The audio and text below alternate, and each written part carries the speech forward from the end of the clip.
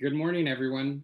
My name is Miguel Leon, and I'm a program officer with the Michelson 20mm Foundation. Thank you all so much for joining us for part 3 of our Connecting California webinar series.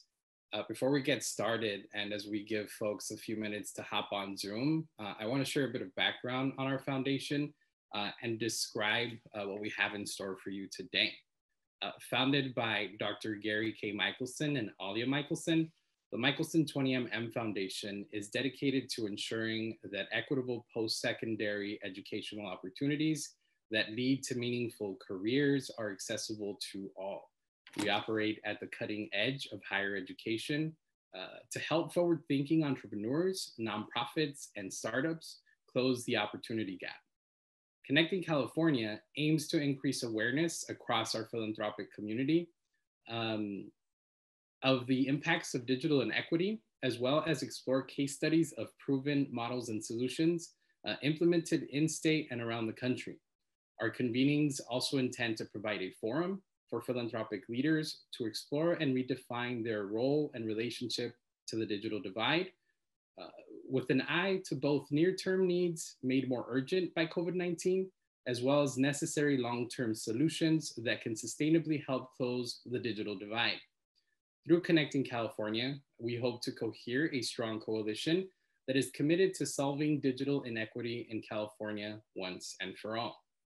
Our convening today, Philanthropy and Digital Equity Post-COVID, Where Do We Go From Here, will spotlight philanthropic leaders and the digital equity investments they've made pre and post-pandemic.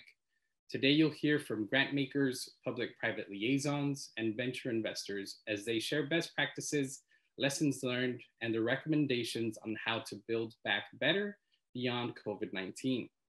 Quick note, the opinions expressed in this webinar are each participant's perspective on how to best tackle the digital divide. They in no way represent the opinions or views of the Michelson 20mm Foundation or any of its partners. We have a star-studded panel for you today. I'll do quick introductions. On our panel, we have Adrianne Furniss, Executive Director, Board Member, and Trustee at the Benton Institute for Broadband and Society, a private operating foundation that since 1981 has been committed to access, equity, and diversity to fulfill its mission, that everyone in the United States should have equal access to open, affordable, high-performance broadband as a means to deliver individual opportunity, strengthen communities, and ensure a thriving democracy. Currently, Adrianne serves on the Board of Advisors for the Coalition for Local Internet Choice and as Secretary and Executive Committee member of the Board of Directors for PCs for People. We also have Priyanka Sharma, who is co-director of Digital US, Digital Us, and project director at World Education, Inc. At World Education, Priyanka leads innovative projects on college and career readiness, technology integration, digital transformation, and digital skills development. At Digital US, Priyanka co-leads a national initiative with a cross-sector approach to design a learn and work ecosystem that fosters digital resilience for all learner workers in the US and also directs the New England Literacy Resource Center, leading projects that emerge from collaboration amongst the policymakers, professional developers, and practitioners in the 5 member states. We also have Leon Wilson, Chief of Digital Innovation and Chief Information Officer at the Cleveland Foundation. Leon has over 25 years in information technology, and in this dual role at the Cleveland Foundation, he is part of the executive committee, leading the Foundation's Information and Technology Services Department, focusing on strategic and transformational use of technology and data within the Foundation and the philanthropic sector. Additionally, as Chief of Digital Innovation, Leon oversees the Foundation's Digital Excellence grant-making strategy, geared toward building a stronger, more equitable, and inclusive digital community, tackling Cleveland's digital divide, along with elevating Greater Cleveland's position as an intelligent, smart city and regional technology innovation hub. We also have with us Jory Wolf, Vice President of Digital Innovation at Magellan Advisors. Jory joined Magellan Advisors after 22 years as CIO of the city of Santa Monica, where he launched Santa Monica City Wi-Fi, which provides free internet services to the public through a network of 32 hot zones and wireless coverage in most major commercial and transit corridors. He created Santa Monica City Net, a 100 gigabyte broadband initiative to support an environment for local businesses to compete in the global economy with cutting edge network solutions. Jory has over 35 years of experience in information technology, including broadband, FTTH, and smart city initiatives. Jory and his teams have received over 50 awards for information technology projects during his career. And in 2012, he received the CIO Lifetime Achievement Award from the Los Angeles Business Journal. Since joining Magellan Advisors in July 2016, Jory has led teams that have worked on 50 plus government projects in broadband master planning, feasibility studies, wireless strategic planning, 5G small cell policies, dig once policies, and smart city. Providing opening remarks, we have Jarrett Barrios, Senior Vice President of Strategic Community and Programmatic Initiatives for the California Community Foundation. Jarrett serves as the Senior VP of Strategic Community Programmatic Initiatives for CCF.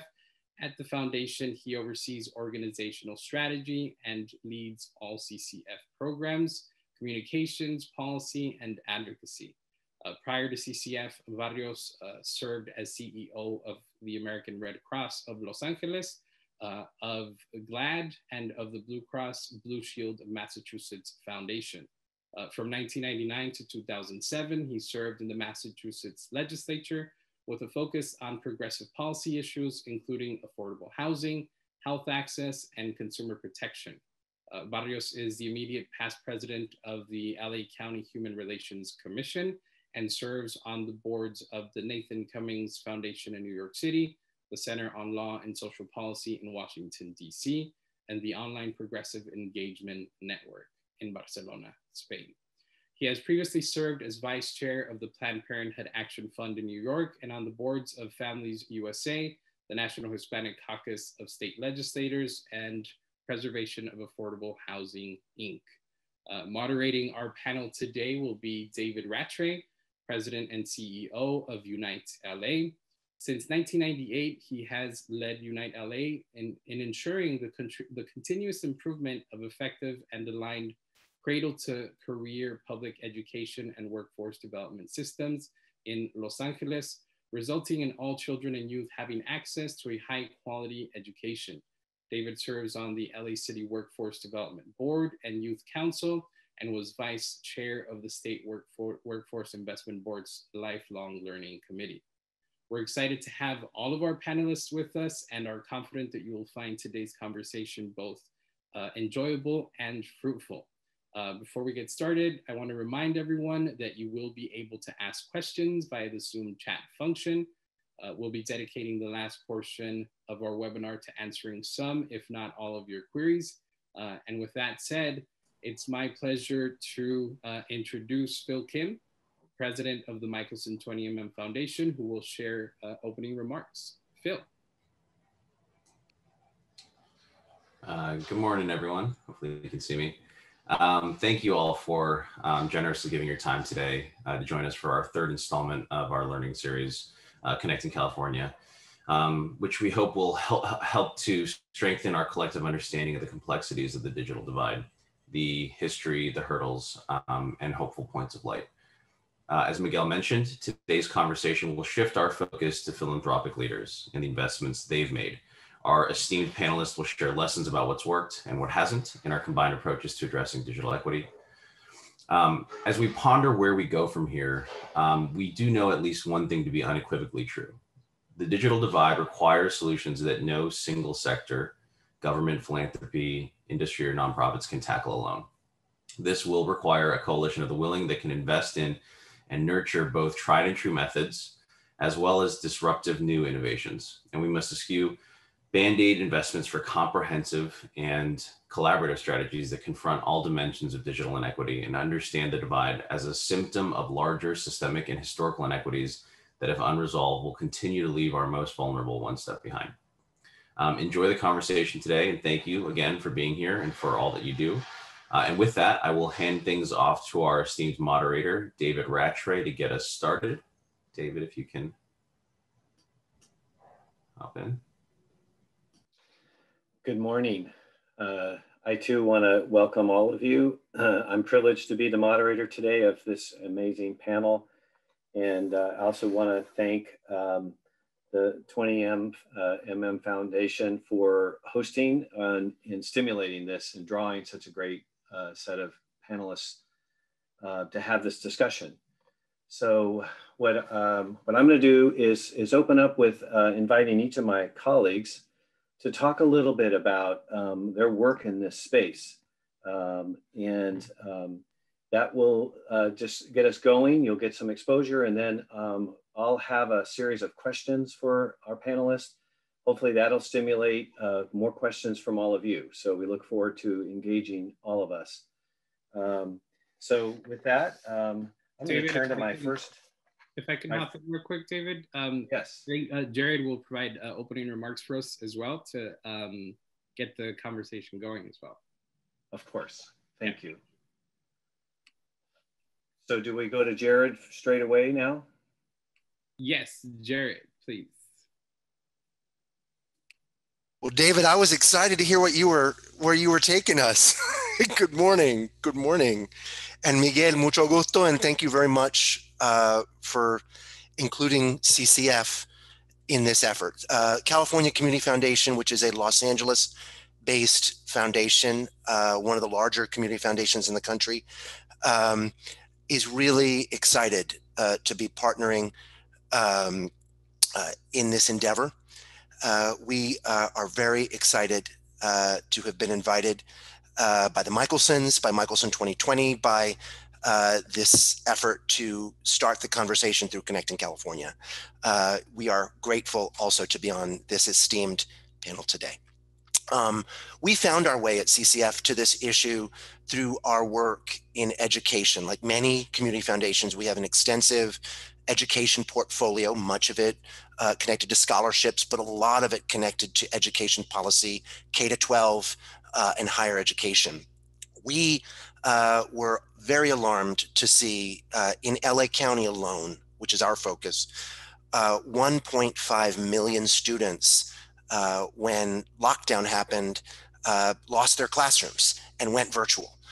This impacted not just them, but their families and their caregivers, and 70,000 teachers who overnight were required to do online learning, education, which many of them had never done before. Most had never done before.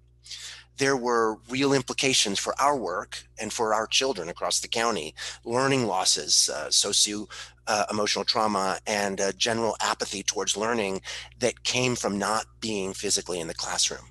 We were particularly aware that in households that did not have reliable internet or who did not have tablets or other sort of equipment to get online, this was even worse. In many cases, young people were literally unable to go to school. Like a lot of other foundations, this brought the question overnight for us of internet access into focus. It has, however, implications for our work as it does for other philanthropy that go beyond education. They go to healthcare.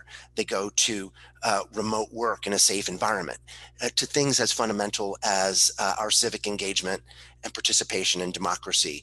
All of these are issues in every community across Los Angeles and California that are important. We ultimately see this question as a foundation that's interested in getting in this space, as something even more fundamental. At a time in our country and in California specifically, where we are questioning the equitable allocation of resources, the equitable way in which democracy and justice are distributed in our society, we can't help but ask the question of access to the internet as being an equity issue as well.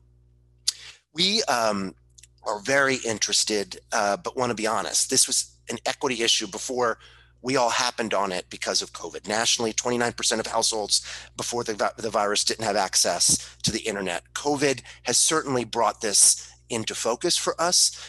We were very excited when the state did the Learning Loss Mitigation Fund, which in part allowed us in Los Angeles to direct funds through our school districts to connectivity and to devices. We saw as a result of that some real gains, in part because of the state funds and in part because of some activity from our Board of Supervisors.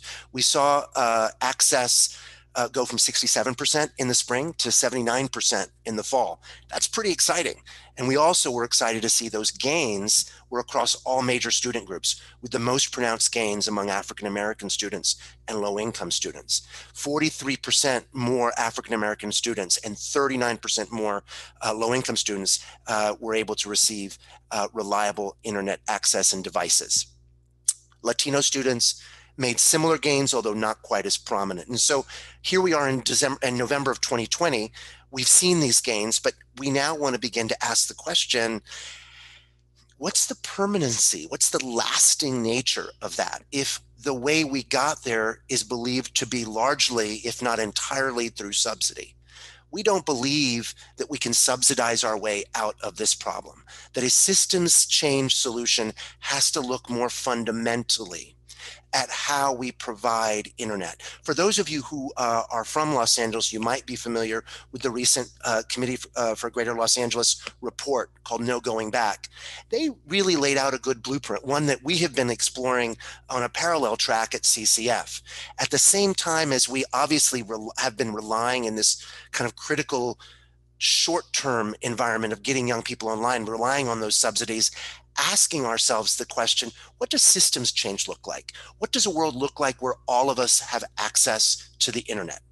And I think you saw from some of the panelists' backgrounds, you're going to be hearing a little bit about that here today, where we explore questions, fundamental questions about how internet is provided, how we regulate the internet, perhaps as a utility where we deem it to be as fundamental as electricity, as the telephone, as water, and what we might be able to get in terms of affordable access as a result.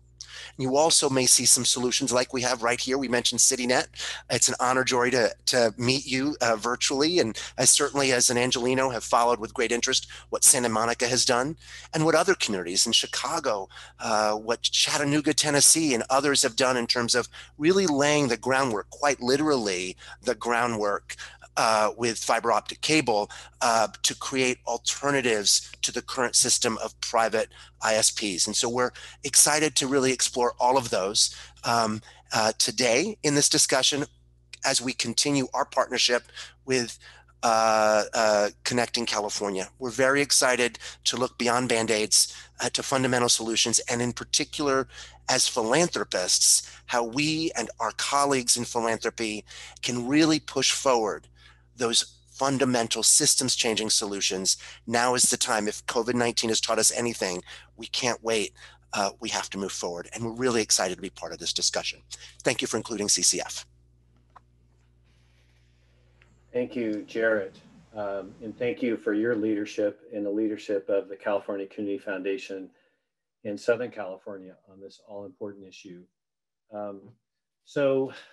Again, I think what we'll do now is we'll go to each of our panelists and they'll share with you a little bit about the work they've done in this space, and that'll tee up a great conversation.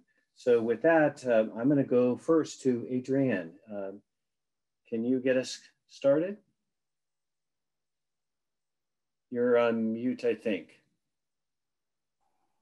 Very good. Thank you so much, David, for also looking out for me there. First of all, good day, everybody, and thank you to Michelson 20mm for having us all here, and Miguel for that very generous introduction. So I don't need to say, give you background about the Benton Institute, given Miguel's intro, but I should talk to you a little bit about how we provide resources to a variety of different stakeholders who are interested in bringing broadband to the almost 1/3 of people in the US who don't have access. So we're providing resources to policymakers at all levels of government, to public interest groups, communities, philanthropy, media, and more. And how we do that as an operating foundation is we support legal and policy experts who work in the public's interest.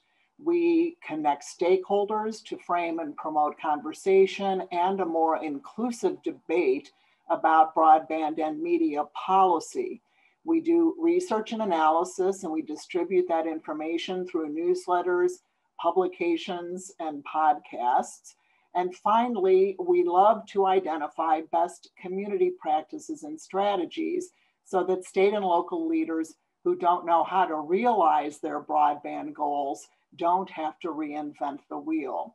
I just want to respond quickly to one of the points made earlier by Jarrett, which is that long-term, it's best to look long-term and really work toward long-term solutions. And to that end, Benton has put forward a broadband agenda for national policy that ties 4 policy silos together: deployment, equity, competition, and also the lead role that communities and community anchor institutions can play to bring broadband to those who don't have it. I look forward to the conversation, and thank you very much.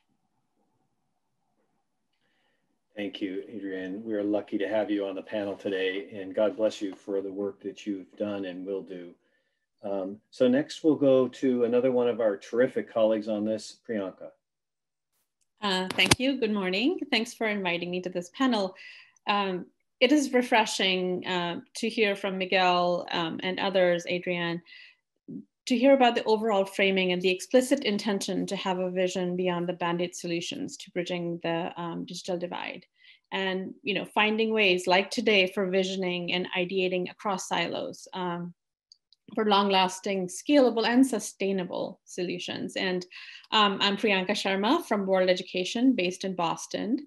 I co-lead the Digital Us Coalition, which is a collective impact coalition representing employers, education and other service providers, policymakers, philanthropists, and other stakeholders collaborating to close the digital skills gaps by 2030. We started last year, started thinking about the coalition in 2018, and all at that time, we thought 2030 was an aggressive goal. And with COVID being here, I feel like we cannot wait any longer, because we are seeing now the accelerated digital transformations of schools, workplaces, that has really helped raise public awareness around the digital divides and in the inequities. The number of the digitally disconnected was staggering before, as some of my colleagues have already mentioned, and now it's critical to get everybody together and really work towards bridging the divide. What we have seen recovering from the 2008 recession, it led to a widening of the equity divide in the US, particularly throughout the most vulnerable populations that are on the lower levels of education attainment or disconnected, digitally disconnected. So if we are going to recover stronger, we must make digital access, the device, the connectivity, as well as the digital skills development accessible for everybody, so that people are able to participate in the economy equitably. Thank you, Priyanka, and also thank you for your great leadership in this space. So next we'll go to Leon. Leon, are you ready? There he is. Yes. Good day, everyone. And thank you for allowing me to join on this panel. I'm actually thrilled for the first time not being the only community foundation representative. I've always been the token representative for community foundations, speaking on behalf of digital inequities. So I'm thrilled that Jarrett was involved, and Jarrett, you were preaching to the choir. Thank you. Leon Wilson, as was shared, I'm the Chief of Digital Innovation at the Cleveland Foundation. Like the California Community Foundation, I represent Cleveland or Cuyahoga County, which is our grant making area. And As Jarrett mentioned about this whole idea of we can't subsidize our way out of this issue, we here in Cleveland have been focused on this since 2017 when we designed our Digital Access Initiative, recognizing that this digital inequity or this digital divide is not a binary issue. It is something that affects all of our other grant-making efforts and activities and endeavors. And we really need to look at it more as a social exclusion challenge. Our residents are being socially excluded from different activities, quality of life, and dynamics dealing with society and so forth. And what can we do to change that trajectory? So I'm thrilled to be part of the conversation, to share steps, activities, efforts, lessons learned that we've been doing in Cuyahoga County, and how we as a community foundation played a role in trying to, again, affect change in our funding area. So thank you. Thank you, Leon. And I want my three previous colleagues to note that we're not provincially blind in California. We know that so many of the answers live all over this country. So welcome to all three of you. But we do have one of our own next. Jory, tell us a little bit about yourself and the work you're doing. Good morning, and it's a pleasure to be here participating on this panel. Jory Wolf with Magellan Advisors. Magellan Advisors is a national firm that has helped over 450 counties and cities and states in implementing broadband systems to fill in the role of the incumbents, where the incumbents have failed to provide sufficient services at reasonable cost in communities across this country. We've built over, with our government clients, we've built over $1 billion in fiber networks to serve communities throughout the US. I and my team are here stationed in California, and we've worked with over 50 cities and counties in the state of California, Washington, Oregon, and in Arizona. And governments reach out to us because they're looking for opportunities to use fiber optics and wireless strategies to provide services to the underserved areas within their communities. They're looking at first working with incumbents and also to attract new providers into their communities for economic development, for distance learning, for telehealth, and for telework, especially now because of COVID. We continue to work with them in developing designs, feasibility analyses. We work with them on policy work and governance for building these networks and for being able to obtain grant opportunities in which to fund the builds. And these are phased approaches that are typically incremental and opportunistic based on the backbone of capital improvement projects in the public right-of-way, development agreements of all kinds with developers, and also partnership with school districts, with utilities, and with new entrant service providers that would operate the networks for these government entities. So it's a publicly owned, privately operated business model for which is being adopted by most of our clients. With these networks being developed, we are filling in, providing for digital literacy and for digital equity throughout these communities. These county boards and the city councils, number one priority is how can we serve the underserved areas within our community to provide digital equity. They also work with us in developing digital literacy programs with their libraries, with their school districts, with nonprofits in their communities. And there are many other opportunities that we use and deploy with our clients in which to create tech ecosystems for smart city, for tech startups. For example, here in Southern California, Silicon Beach, which we did in Santa Monica. And also, you may have just recently learned about 2 days ago, we launched the South Bay Fiber Regional Network, which is a 15-member cities network in the South Bay Coalition of Cities that also includes the County of Los Angeles, the Caltrans, and LA Metro organizations for intelligent transportation, for digital equity, for adult training, distance learning, and telehealth and telework.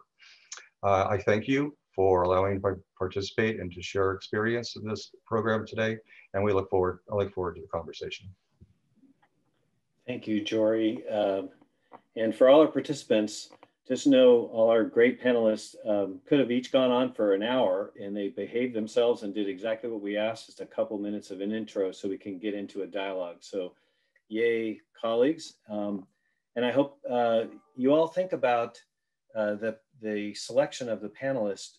They give a perspective from many different points of view or sectors, and also from the local to the state to the national, which we all know it'll take all of that and more to solve this permanently. So I'll start with my first question. Will go to Leon. So Leon, tell us a little bit about what new opportunities have been identified in the COVID aftermath, not really fully aftermath, sadly, and what have you learned? Well, thank you, David. I mean, great question. The biggest thing that we've learned, as I said before, we've been tackling this digital divide, this digital inequity challenge since about 2017. And up till then, we've been doing the normal traditional mode that many communities do. Work with your libraries for public access to public computers, and in investing in libraries to adopt mobile hotspot lending programs, and also engage in digital literacy training, partnering with our local housing authorities so we can get to the residents that need it the most as far as connectivity, access, and affordability. And also we did something really interesting in LA. You have an organization called Human IT. That provides, and we went with a similar organization that was based out of St. Paul, Minnesota, called PCs for People. And we funded to bring them to Cleveland to operate and provide retail services, kind of like a Salvation Army or Goodwill thrift store kind of model, but for refurbished computers. And that was going fine to some degree. We were making incremental progress.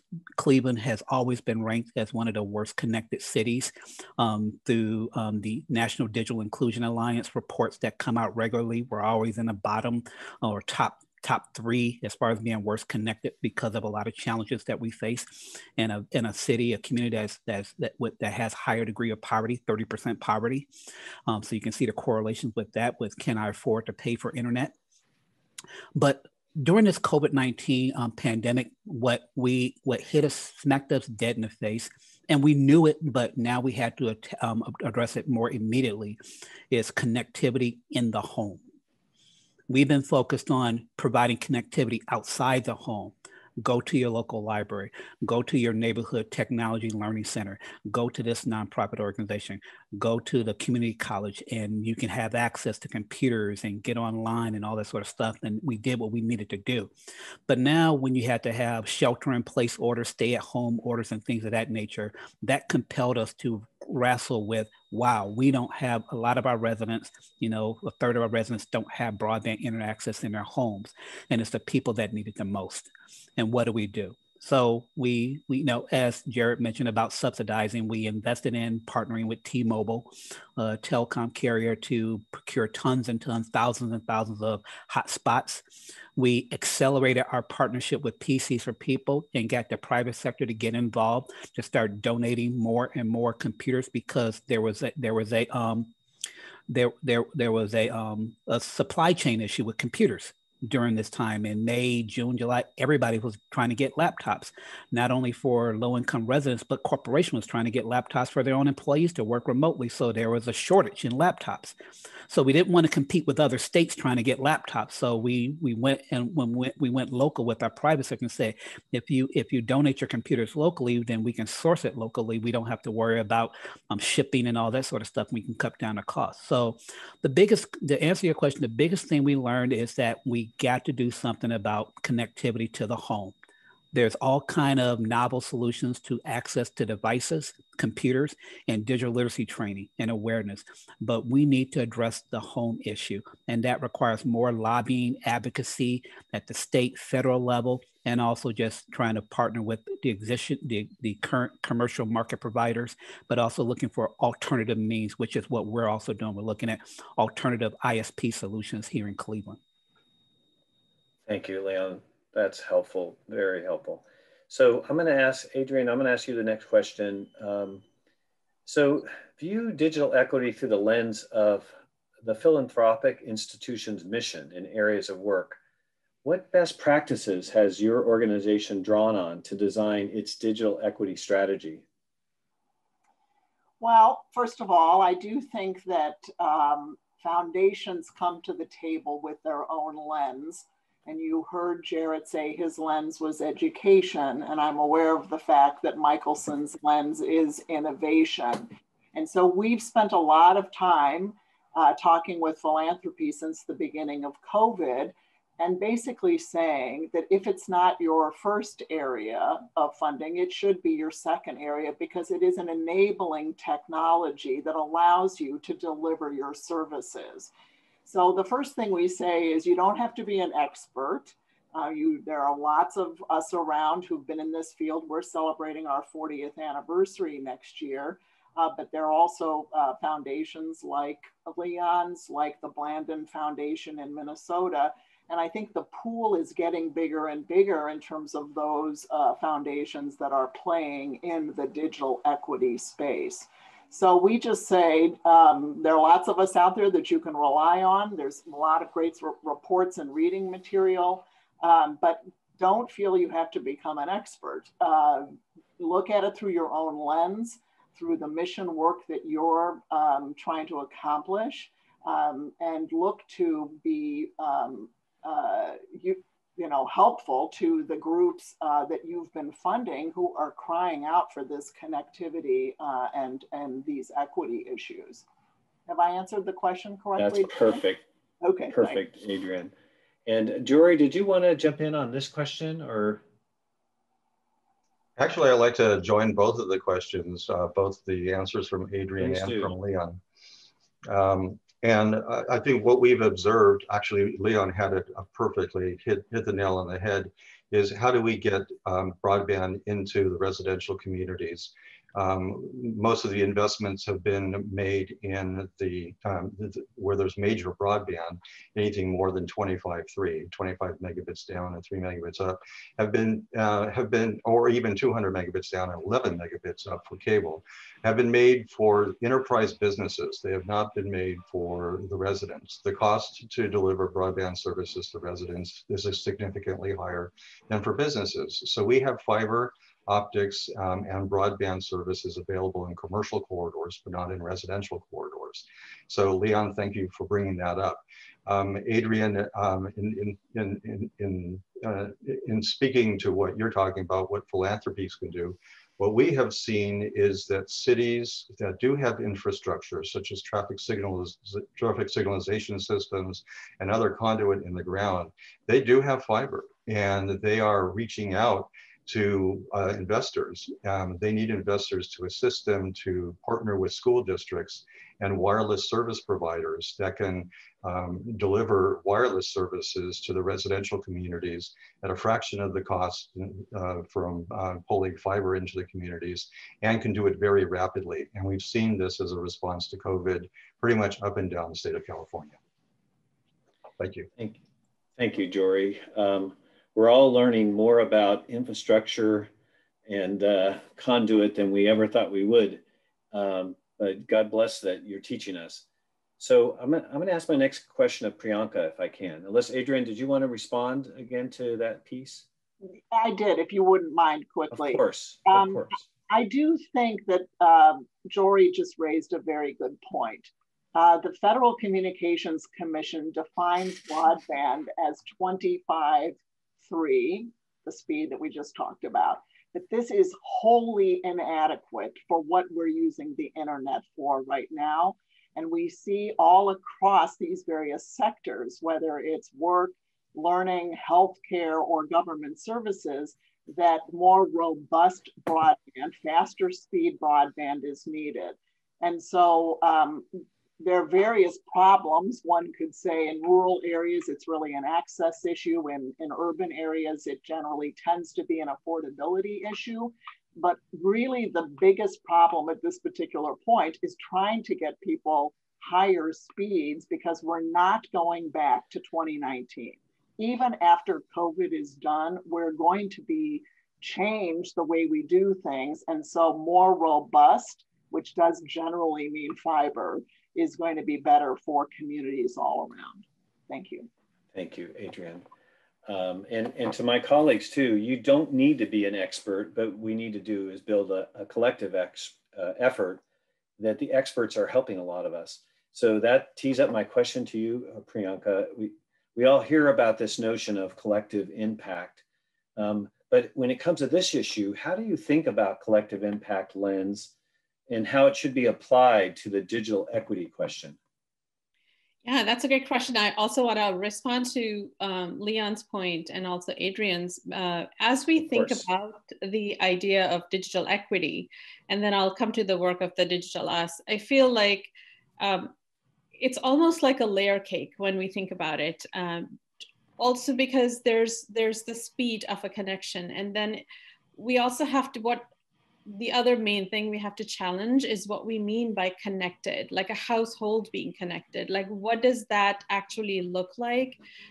If we're calling, it could be a device issue, where if there's a laptop in a household where two kids are doing remote learning, people have to work, like what kind of inequities is that driving? So I feel like the COVID-19 pandemic has raised these deep, deep questions, which are uncomfortable questions, and also sort of challenge our approaches to connectivity and the haves and have-nots when it comes to digital equity. So coming from that perspective, I want to get us back to the Digital Us Coalition, which we formed to be diverse by design, because we understood that we needed a cross-sector approach.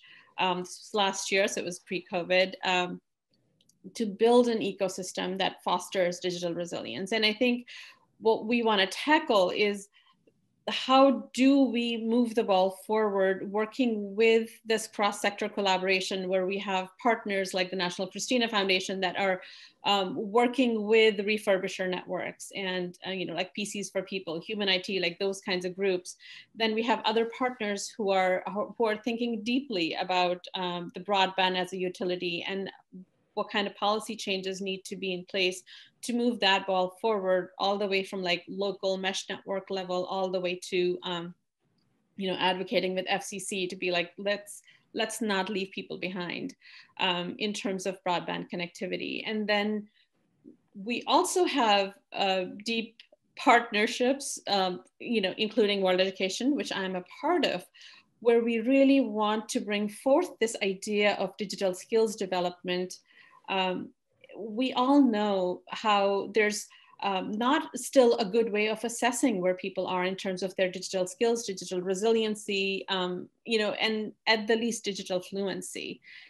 Something that has been critical to even people not just connecting to their kids' schools, but all the way from applying for unemployment or learning online and upskilling online. So there's a whole slew of issues here that we're trying to get to make sure that we are providing digital skills in a way that's personalized and radically accessible. And I feel like, as I said before, if we're going to recover stronger, we need to look towards finding new ways of moving this ball forward and think about digital skills as being a continuum. All of us on this call are still digital skill learners in a way, because it is a spectrum. New technology keeps on coming, gets thrown our way, and we have to respond to it and learn fast. So as a coalition, we propose this idea of digital resilience, which is having the awareness, skills, agility and confidence to be empowered users of new technology. So like we're future-proofing ourselves and building skills that are adaptable to digital skill demands. So we're not just learning particular digital skills, but thinking about digital skills as a whole, and almost like an oxygen through which we look at upskilling opportunities and training opportunities for everyone. And as part of that mix, I'm going to make one last point.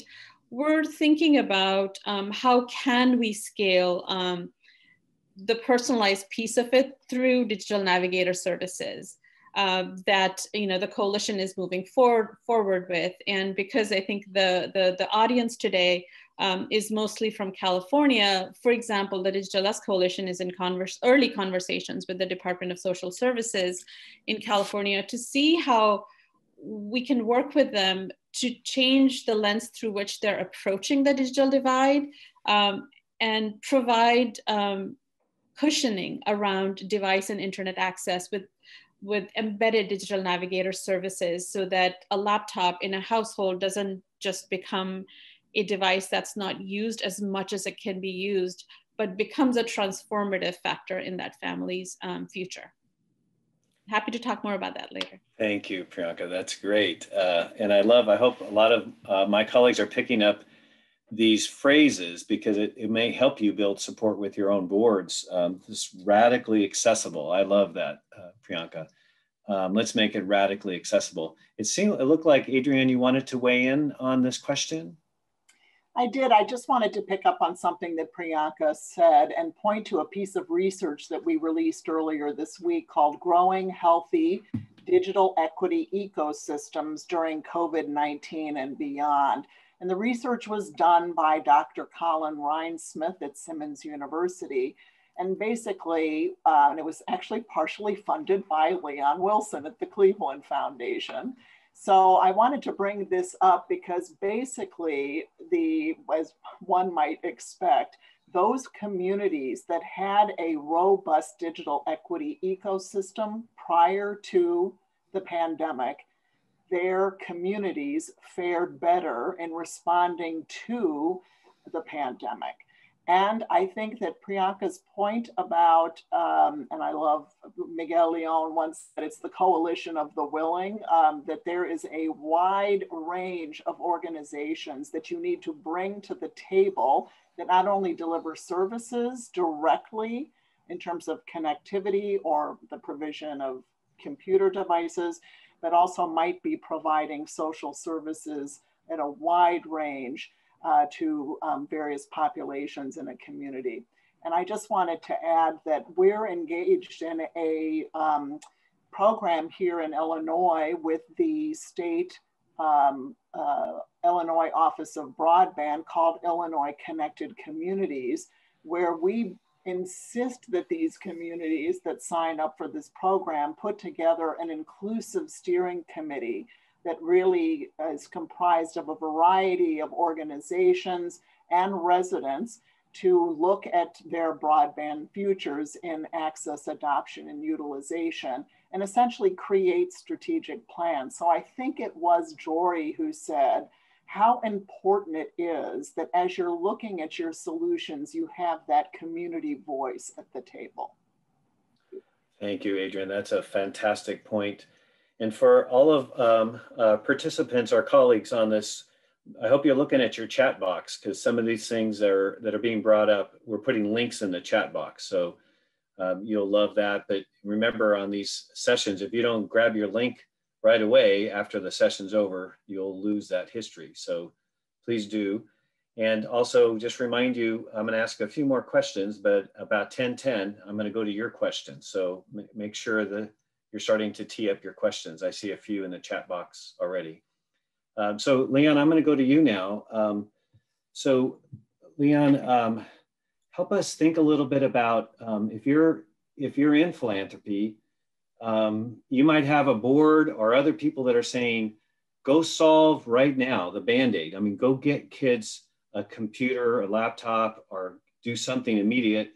How do you help your board and whatever other sort of stakeholders you have think about a longer term solution? And that's kind of similar to the question I asked Priyanka about collective impact. That's not easy to explain to a board who wants to feel like we're doing something right now to help the suffering that's going on right now. Now, David, you described my entire summer. But it's not necessarily my board, because I've been socializing them on this for the last 3 or 4 years, but they still want to do something now. It's really the private sector now that they've gotten involved. I can't tell you how many times I've been on phone calls with senior vice president of Fortune 500 companies that are based in Cleveland, or the actual CEO of a Fortune 200 company, and trying to just, enlighten them about, yeah, this isn't a quick fix. working with our Chamber of Commerce, with all the companies that were in there. So yeah, I have to share with them the quick, quote unquote fix of, okay, you want to get computers to kids, fine, we can do that. But that's only going to go so far. And when we talk about the broadband connectivity, I don't think they fundamentally understand the challenges, and I have to explain to them that it's a federal issue, not a Cleveland issue. You're going to find this in Detroit, in LA, in other places. And unless they want to go toe to toe with their friends at AT&T, with their brethren and sisters at other big telecom companies that they're breaking bread with at the local athletic club, tread lightly. Because they don't realize what they're getting into. So it has been an extensive education for a lot of the private sector, people who want to contribute. I have been doing a lot of conversations with other foundations, private family foundations and other foundations, helping them understand what the problem is, so forth. But yeah, it's hard because they quickly want to know, why is it this way? They don't understand. It's difficult to understand. So it does require someone who has a deep public policy and historical, like Adrianne and the Benton Institute, to really unpack and educate people about why we're in the situation that we're in. And it's not a quick fix. Thank you, Leon. So Jory, I'm going to go to you next. I find myself, as I'm listening to all you think about, I often hear this is a fixable problem. It's not like cancer where we just actually don't know the answers and we got to keep trying to figure it out. We actually know we can solve this. And so, but then it comes back to, it does still overwhelm people. So how did you in Santa Monica help people get their minds around, like, we can actually do this? And here's a pathway to success. Organizing, obviously, but also finding champions within your community. And it is, as Adrianne said, and Leon said, it is a tech ecosystem that needs to be created. And there does need to be leadership. Someone needs to, or someone's need to bring together the community, the folks in economic development, the folks in housing, the folks that are operating the school districts, the local government, the nonprofits. And this is very doable. Creating a local community task force and inviting in partners in which to invest in this works. We've done this in Santa Monica. We were able to raise the consciousness around the area of digital equity and literacy through our summer youth employment program. Which went on for 6 years and actually taught 400 youth in high school how to become entrepreneurs, CMOs, CEOs, CIOs, CFOs, and many other roles within companies. They actually, they started up these firms, and we had official pitch nights where they all competed with one another after an extensive 6-week training program.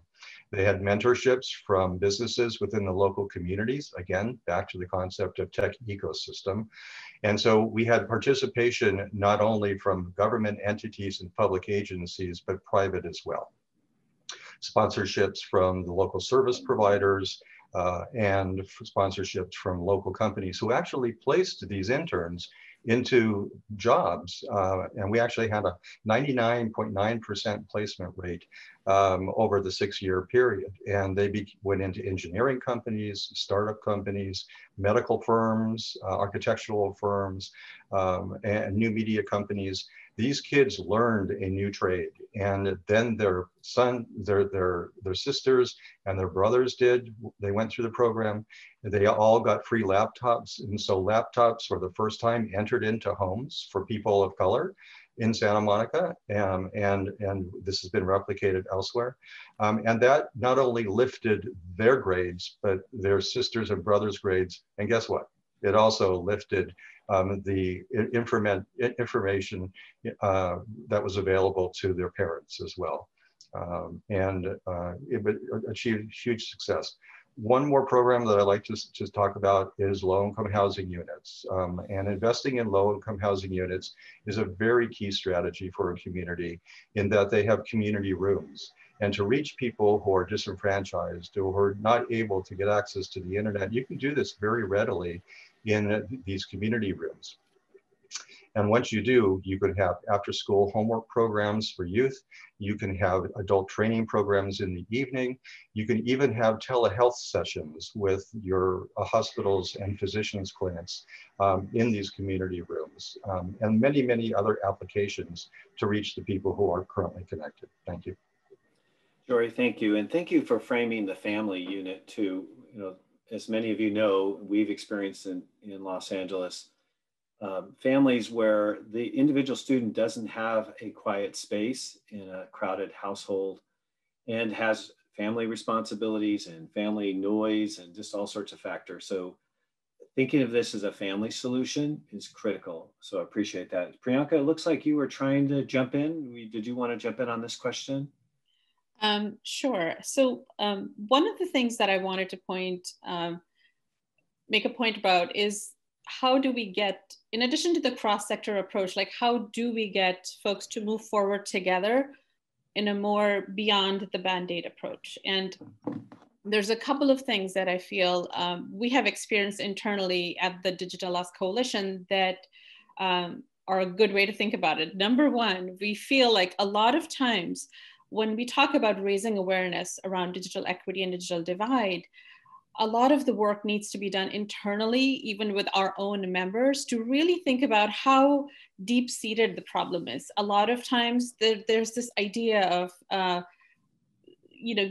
broadband access or, getting a device in a household is enough. And, people are on their phone all the time. Of course, they have the digital skills to complete tasks, to problem solve using technology, but those two things are as far from each other as possible. Now we have evidence that there's this idea of fragmented skills, like where somebody can be very comfortable doing a couple of things on a device, a mobile device or a laptop, but not know how to problem solve, access a new form, or do some other task even at work using that device, because the way we have been sort of teaching digital skills has been sort of very, very sort of siloed in itself, where it's like task by task by task. So as a coalition, like we're proposing this idea of let's really think about digital resilience, like how we all learn. It's about learning digital skills in context in new ways that we have never learned it before. So that I think is key to understanding internally how, fixing the problem of connectivity is more just connectivity.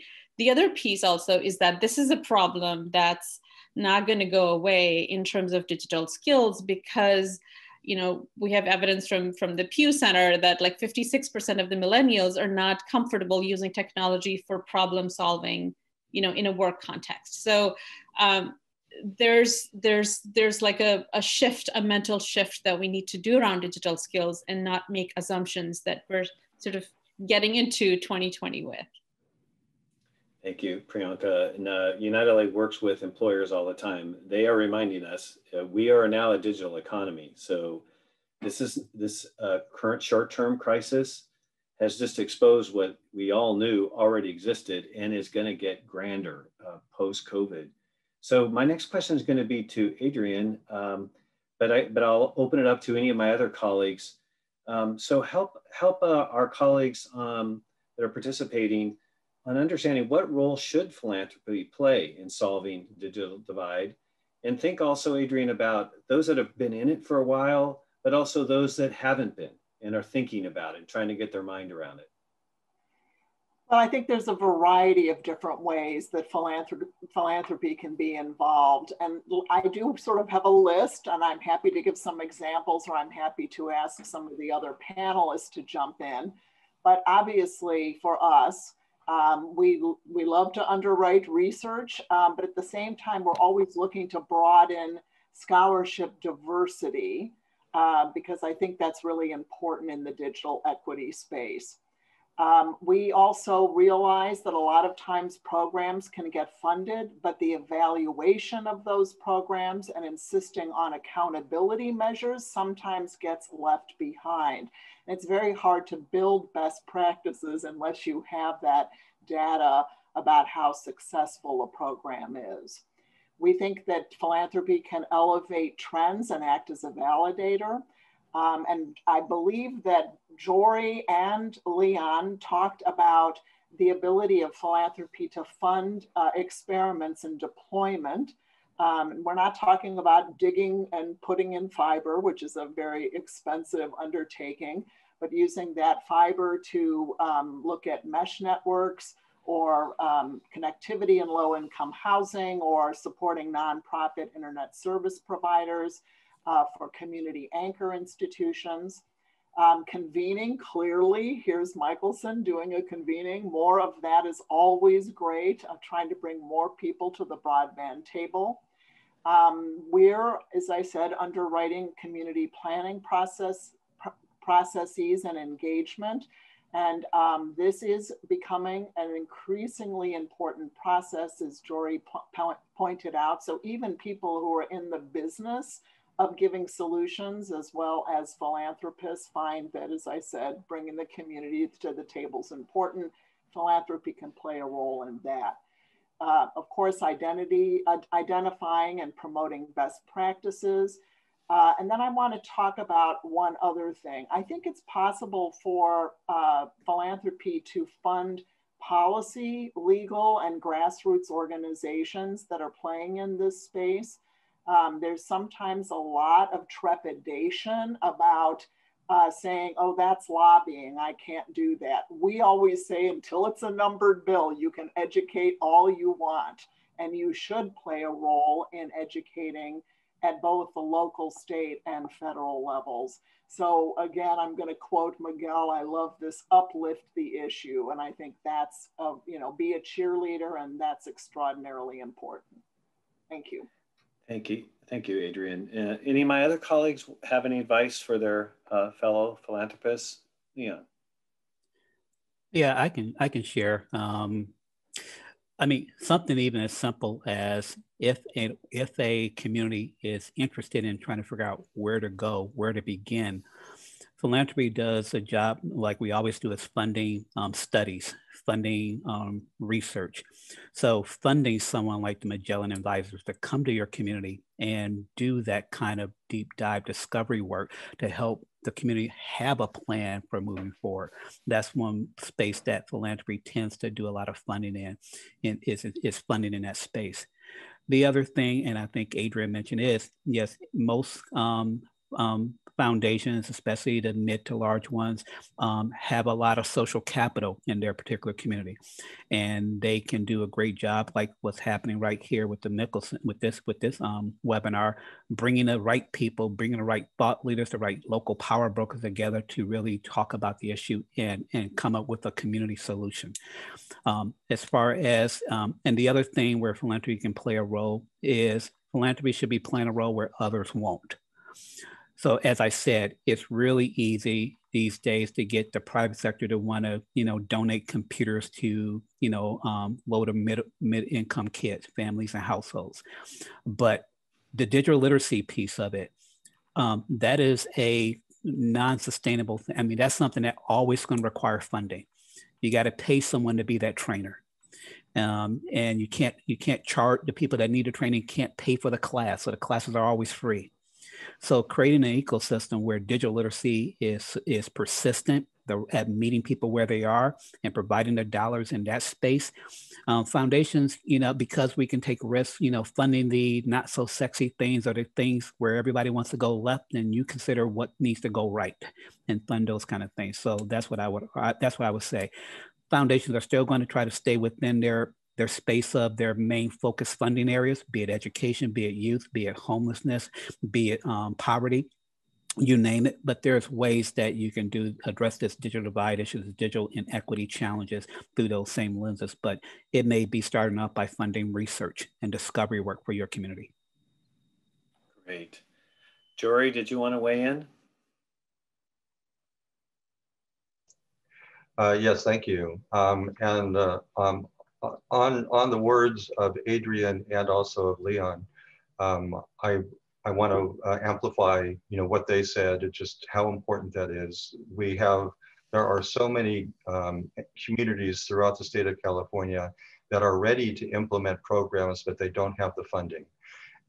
I'd like to just emphasize that there are many, many grant opportunities available to these communities, but unfortunately, they don't have the local matching funds in which to obtain these grants. So I believe that philanthropies can do a lot of good work in providing those local matching funds to double the money for these communities to do some very beneficial things. Thank you, Jory. And Priyanka, I think you want to weigh in. Yes, sorry, I was unmuting myself. So I feel like the role of philanthropy, just like everything else, like philanthropy is such an integral thread that binds the whole ecosystem together, that I think that there's critical partnerships that need to happen, including very purposeful, intentional coming together of cross-sector players, philanthropy, and employers. I mean, I feel like from like a field-based perspective, philanthropy usually have are listened to a lot of times by employers, and employers have a central role to play in the way we start thinking about digital skills and supporting digital skills and incentivizing digital skills development. And to that point, Digital Us, we're planning to launch a digital skills employer network in partnership with the Aspen Institute early next year, because in all our conversations with employers and philanthropies that support the work and want to support more, there still needs to be a coming together of envisioning about where do we go from here, and taking deep dive into what those supports look like around digital inclusion, digital equity within employers, especially employers that have a lot of frontline workers with low digital skills, and little to no access to devices and connectivity at home, and how to bring everybody together as we think about the future of work, which is pretty much happening right now, but work is still going to be transformed as we come out of this phase of our economy and the way we work. Thank you, Priyanka. You remind me that it takes sort of special secret sauce to build what we call trust tables, where you can create a safe zone for cross-sector stakeholders, including the telecom and broadband cable sector, to be willing to sit at the table with others. If the only conversation happens between them and the regulatory agencies, that's a very reductive conversation. So philanthropy can build those kind of safe spaces where we can create breakthrough strategies. And I also just love that several of you mentioned, starting with Adrianne, about research. One of my good colleagues, Mike Kirst, who used to formerly be the president of the California State Board of Education, he reminded me as we got into this in the spring that N equals 100%, and that almost never happens, meaning that the research opportunities for learning about what's happening right now are off the chart valuable. And we've got to seize that and then do research, action research that leads to what are we actually going to do, not sort of theoretic only research. Leon, you wanted to weigh in? I was just going to reiterate what you just mentioned about that trust space, because you are right. At least here in Cleveland, the reason why we have AT&T or our local cable company, Charter Spectrum, come to the table is because we created the table. I mean, they literally said, we will listen to the community, but we need you to set that stage.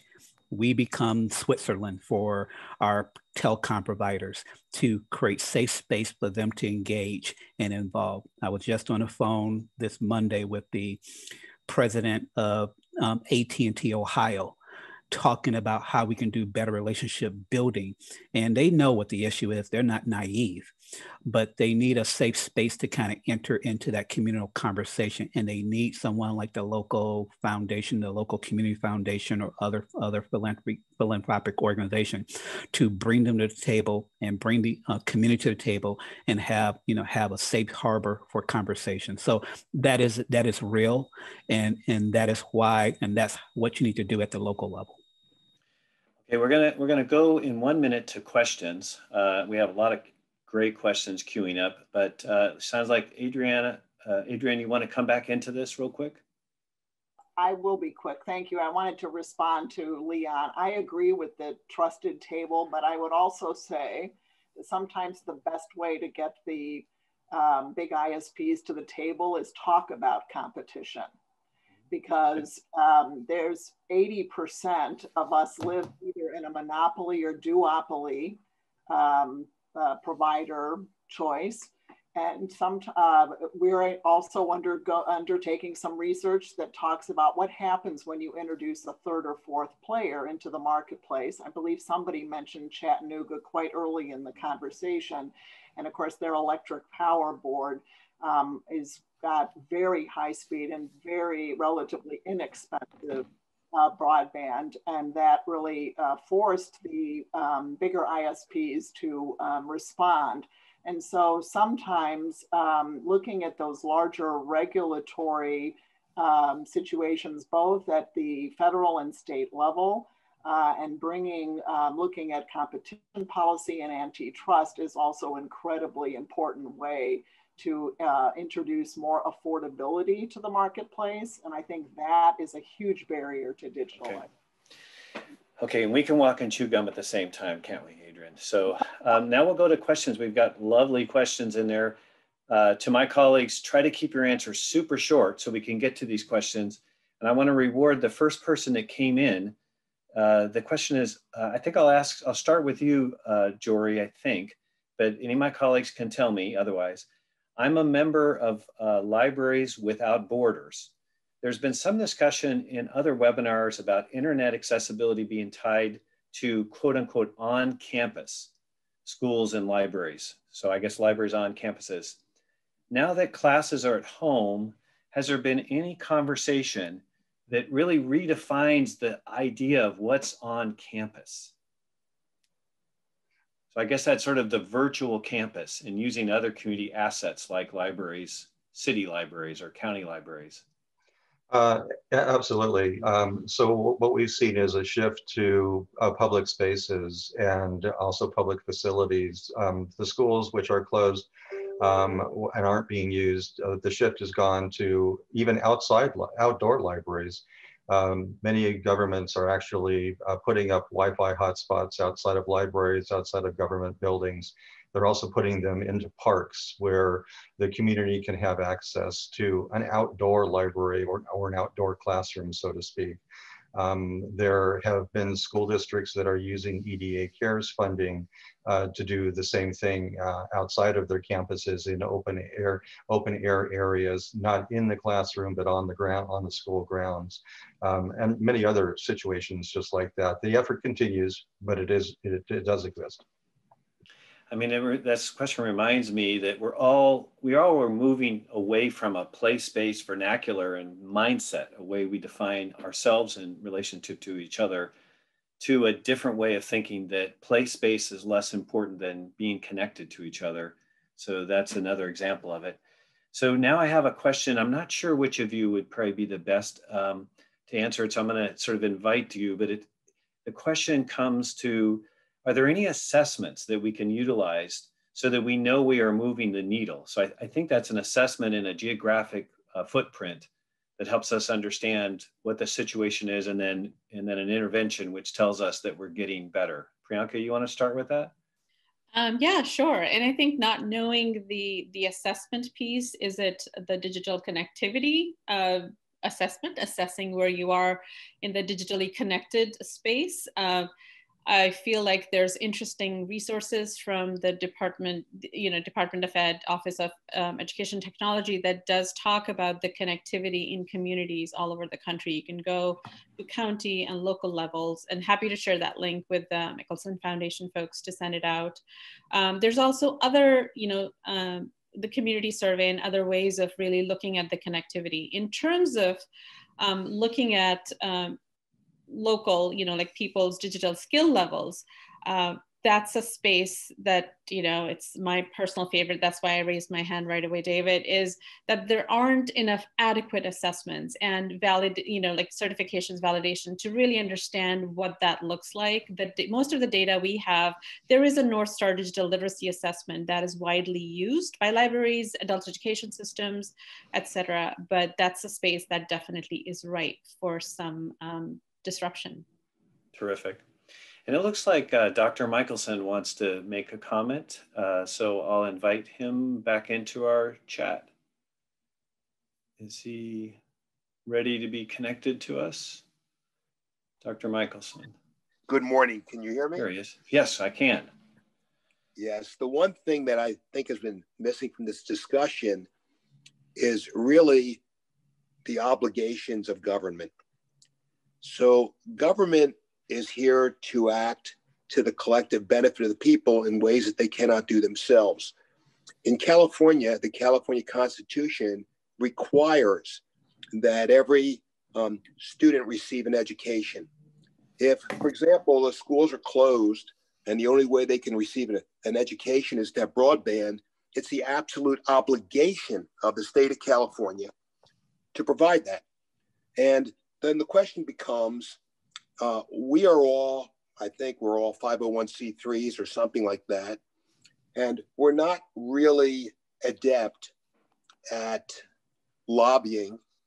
And in fact, we generally don't financially support the very politicians who are in a position to execute the actions that we would like to have happen.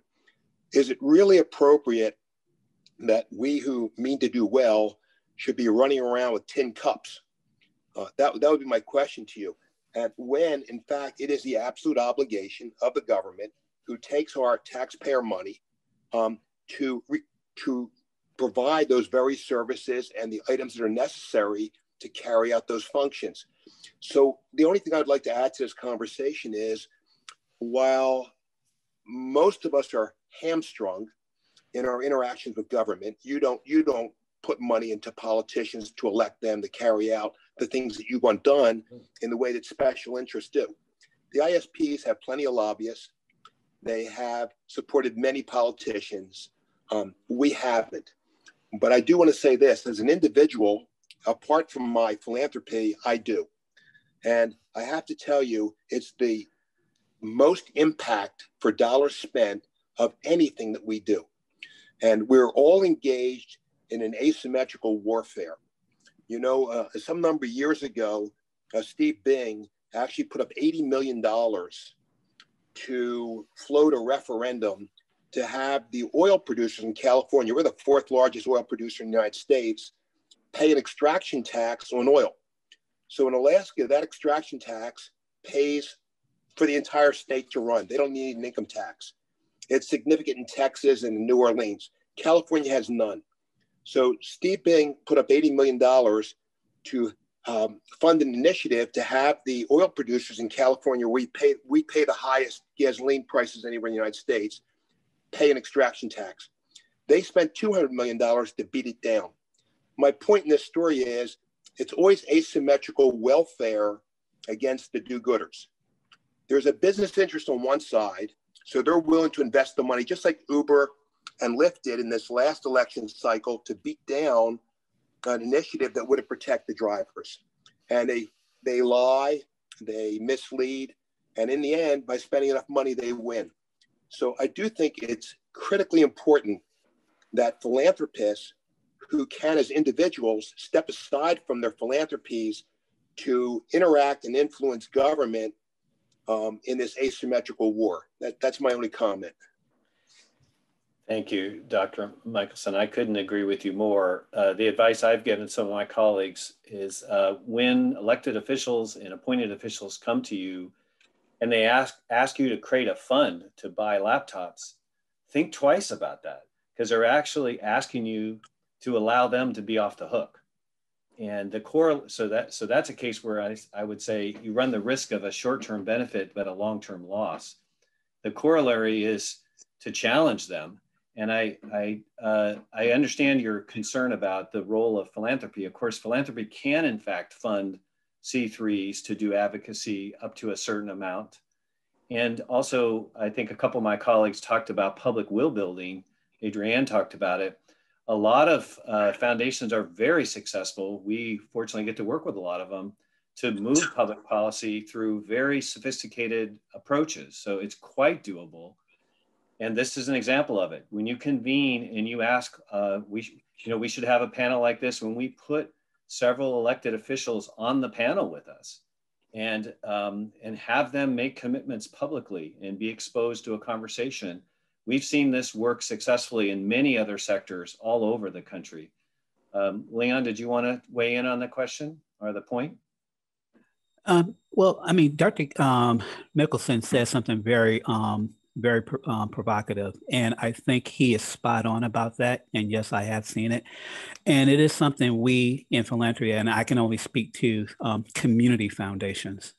We all have to also recognize that there's different shades of philanthropy. There's private, public, community, et cetera, et cetera, et cetera. He's actually spot on about how we need to, again, use what we can to tackle this issue in advocacy and lobbying. We've been working with our lawyers to try to do far more and figure out how much of the needle or how much can we push, how much of the envelope can we push. But, at the same time, we're constrained with, we have a board that we don't get to pick. We're a community foundation, and by our bylaws, 2/3 of our boards are appointed from circuit court judges, from the mayor, from others. So they come from all kind of political persuasions that, for us to get things through, we have to, kind of get their seal of approval on it. So it is a fine line that some foundations have to walk, depending on the topical issue at hand. But it is something that many of us are having those sobering conversations, especially when it now talks about racial equity, that we're trying to see how much of the needle can we push. Looks like Adrianne wants to weigh in. Go ahead, and I'll go to Priyanka next. If I can. First of all, I wanted to acknowledge, yes, that the power of the ISPs and their lobbying forces are just extraordinary. And I'm sure there are many on this call that realize that in 19 states, there is a law that prohibits communities from determining their broadband futures. This is one of the reasons I'm on the board of an organization called Coalition for Local Internet Choice, which basically does battle to try to push back those state laws. That's point number one. Point number two is there are a couple of foundations working at the national level who are backing coalitions of public interest groups to move the needle, not only on federal policy, but also at the state level. So I want to mention Ford Foundation and the Open Society Foundations, and a group called the Media Democracy Fund, which is a consortium of smaller foundations who pool their money and then apportion resources. And specifically, they and I believe it's the Hewlett Foundation in California backed a legal team and research to introduce a net neutrality law in California, which is a model law for the nation. And so we have seen foundations be involved in trying to set up these model laws. There's a privacy law in Maine that is best of its class. And the way to do that is to back these coalitions made up of policy and legal experts, and even funding lawyers. For instance, we're petitioners in the national net neutrality case called Mozilla versus FCC. And the lawyer who's doing that case is underwritten by the Media Democracy Fund. So I just wanted to give those examples. Great. Hey, thank you, Adrianne. And Priyanka, did you want to respond to this? Yes. So Dr. Michelson's points really resonated with me because I think it's our day-to-day reality. We're like in the David and Goliath story, we're the perpetual Davids. And in that vein, what we have realized as World Education, as a national nonprofit, but still being a nonprofit working in the adult education workforce development sector, that the only way we can expose the inequities and really build towards a solution is bring others like us together, like in this, the collective impact coalition that Digital Us is. And we're already seeing small wins. I mean, I think with the Digital Us umbrella, we're able to have conversations at the state level. Like sometimes it's like I said about California Social Services Office, like how can we integrate, like basically working within the system while, you know, Adrianne and her leadership is working on making change at national levels, other regional levels, but us coming together, I feel, is the only hope I see in the current frame of moving this needle forward, especially because we see innovation at local levels. That's where we work, and giving, like, working across sectors, we can think about ways of replicating and scaling it in other contexts. The last point I want to make is I don't want to discount the power of storytelling. I mean, I think that's another tool we have as small organizations, is really talking about the impact, the positive impact that we can have even at our small scale, and talk about it in a way that really makes a difference and makes it tangible for everybody. Okay, colleagues, we've got like 2 minutes left, and I'm going to give you all the impossible task. I want you to collect your thoughts and say, what is a final piece of reflection you want to give that's 30 seconds? So, Jory, I'll give you a 2-second warning. I'm coming to you first. Give us 30 seconds. What else do you want to share? You can reemphasize something already said, or you can add something. So that's up to each of you. 30 seconds. Jory, go first. Thank you. I think I'd like to really emphasize that this really is going to require partnerships at all levels within our country. This is going to have to happen at the federal level, at the state level, and it's going to have to happen at the community level. And they're going to have to be philanthropies and foundations that are participating and all working together to solve this problem. I just want to emphasize what Adrianne said about these 29 states. Even in the state of California, there are limited opportunities, barely none, for municipal governments to be able to get funding from taxpayer dollars. It all goes to the private sector service providers. So yes, at the moment, we're looking toward them. There is some statewide legislation which is now being considered that would possibly, well, first of all, it's already raised the broadband definition in California, but also to be more inclusive of governments and funding for governments for them to participate. Okay, thank you. Leon? I'm just going to say real quickly, starting off with Jarrett and also Dr. Michelson, that, yeah, it requires system change, but we're in asymmetrical warfare. And the quote that is commented with Albert Einstein is that the significant problems we face today cannot be solved at the same level of thinking we were at when we created them. So sorry, Priyanka and Adrianne, I ran a little bit over here. So if you're okay, I'm going to pass on your 30-second. I apologize. I want to hand this back on time to Miguel, but whoa, you guys are phenomenal. So thank you so much, all 4 of you. It was super exciting for me to be able to do this with you. So take it away, Miguel. Thank you so much, David, and thank you to all our panelists today for the insightful conversation. This installment of Connecting California was presented by the Michelson 20mm Foundation in service of advancing digital equity for all California students and families. We want to thank our foundation partners, the California Community Foundation, the Angel Foundation, and Southern California grant makers. We'll post a recording of today's discussion on our YouTube channel, the Michelson 20mm Foundation, by tomorrow, and include links in the video description so that you can join our Connecting California LinkedIn group, which is a dedicated space to foster collaboration amongst California's philanthropic community to advance digital equity and close the divide faster and together. To date, no one entity has been able to, nor should be expected to fill the device gap, tackle digital redlining, and ensure that every Californian knows how to effectively utilize digital technologies. To address this persistent need for comprehensive and scalable solutions, our second phase of the work this series has inaugurated will activate a digital equity coalition. a cooperative group of philanthropic actors that convene regularly and commit to collaboratively fund coordinated philanthropic responses to digital equity in California. Digital inequity is one of the most pressing social justice issues of our time.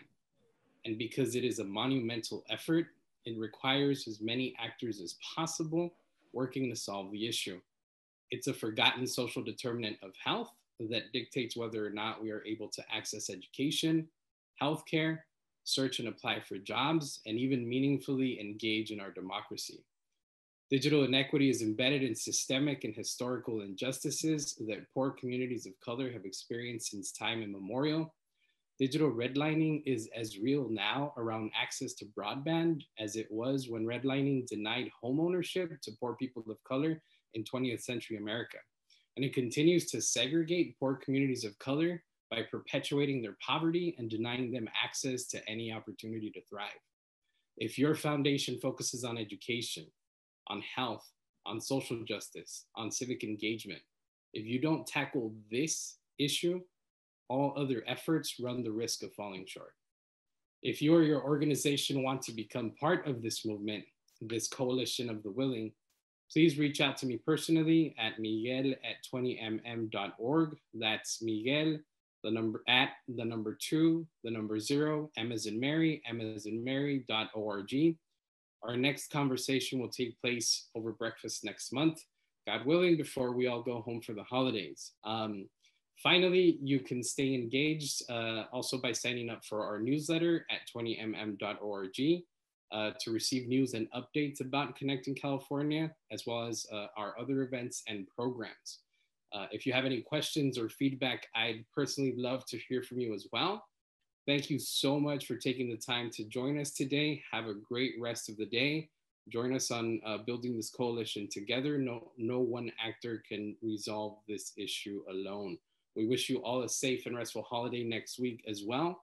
Thank you, thank you, thank you. See you next time.